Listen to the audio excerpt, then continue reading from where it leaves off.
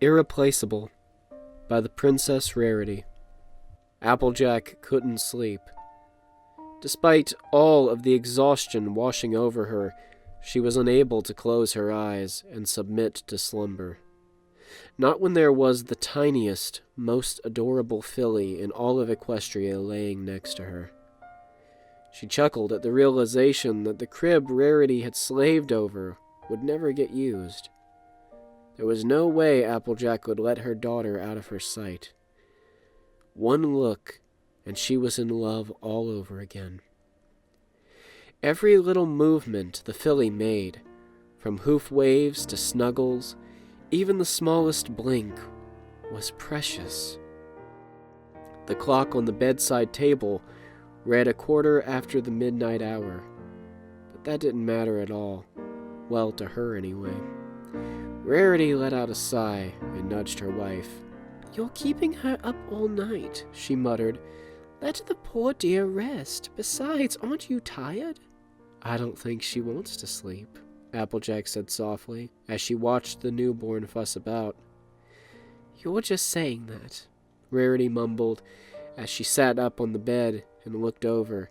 Instantly her own tiredness melted away, and she smiled as their daughter's eyes went wide with the sight of both her mothers. Even if the little one was only a few hours old, it was noted that she already had a working brain. A soft whine escaped the baby as she waved her hooves, begging for attention. "Come here," Applejack whispered as she picked up her daughter and held her close. "What are you thinking about?"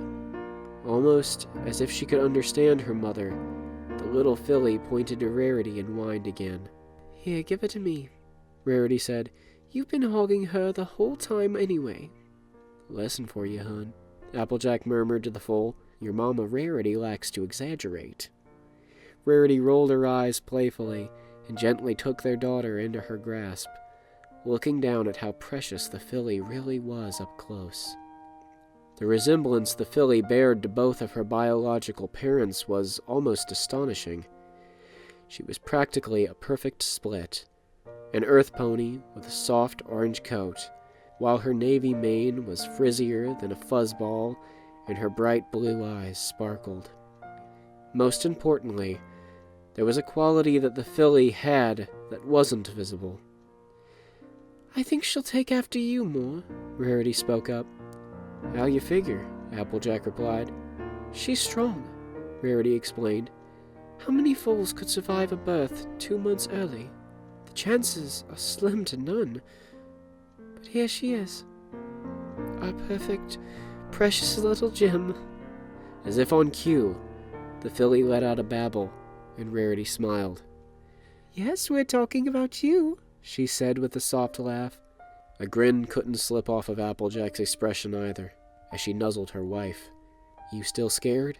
she said. Rarity let out a sigh and shook her head. "Not quite," she murmured.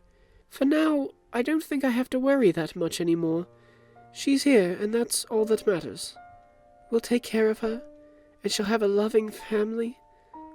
Isn't that all a child needs to live a happy life?" "It was about time you started listening to me," Applejack teased. "Doesn't mean I won't spoil her, though," Rarity said quickly with a slight smirk. Applejack's smile was half-hearted. "Can't say I didn't try to stop you," she mused. The filly gave an awkward but adorable attempt at a smile and reached up, grabbing onto Rarity's mane and lightly tugging on it. She winced and pried her daughter's hoof off her mane, handing the child back to Applejack, who was apparently trying not to laugh at the scene. "I don't see what's so amusing about it," Rarity muttered. "It's funny 'cause she ain't even a day old and she already knows how to annoy you," Applejack said with a laugh. "Maybe you're right. She probably is going to take after me." Rarity released a huff. "She's an infant, darling," she retorted. "I doubt she knows that much." Applejack gave a shrug. "Well, she's smart enough to know it's kind of weird she's got 2 mamas," she countered. "Look at that cute little face." True to her words, the newborn filly was still staring wide-eyed at both of them. The baby couldn't speak quite yet, but her expression said it all, causing Rarity to let out a soft chuckle. "She's a miracle through and through," she said simply as she reached forward and gently patted down the baby's curls. The filly giggled and waved her hooves once more, only once before she let out a yawn. "See, I told you she was tired," Rarity argued. Applejack rolled her eyes. "She's a baby. They fall asleep at the drop of a hat," she said.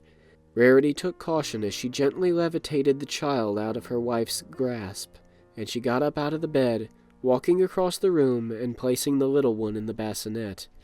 The second her head hit the pillow, the newborn was out like a light. Snuggling up to the coziness that was the hoof-made quilt both of her mothers had pitched in to make.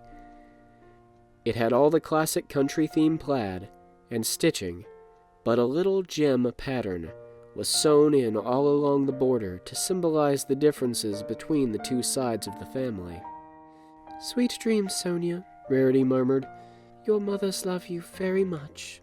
The little filly called Sonia didn't even stir, but nonetheless, Rarity's smile was priceless. She retreated back to the bed and laid down next to Applejack. The two mares cuddled for a moment in silence, only before Applejack spoke up. "You got that worrying face again," she muttered. "I do not," Rarity quickly defended. "This is my face, that's all."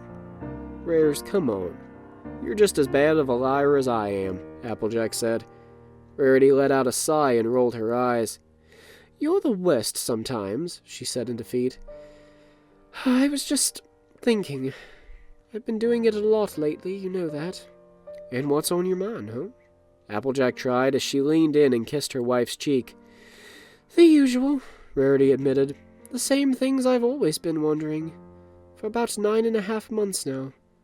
Granted, they've diminished a bit, but I never thought being a parent would be this stressful on my mind." Applejack playfully shook her head. "Of all the ponies I had to fall in love with, it was the element of generosity," she murmured. "And what's that supposed to mean?" Rarity inquired. "Take a guess," Applejack said simply. "Ever since the beginning when I met you, you were always too nice for your own good. While that's fine and dandy sometimes, it kind of baffles me how you're never happy with giving some pony the smallest bit. You don't slack on anything." Rarity's smile was bittersweet, and she simply listened to her wife continue on. "I guess that's why I love you so much. You got such a big heart. I didn't expect you to ever look my way, but I suppose I'm lucky that way." "There's no such thing as luck," Rarity interrupted. "Everything happens for a reason." "Fate, destiny, whatever you call it, I'm glad you're part of mine." Applejack smiled.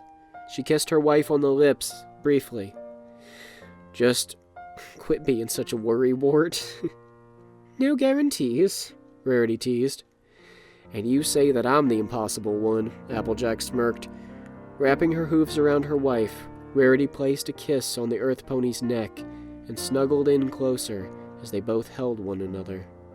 The early hours of the morning weren't that far away, but it was almost surreal to know that today was their first official day as parents. The plan for life was a funny thing.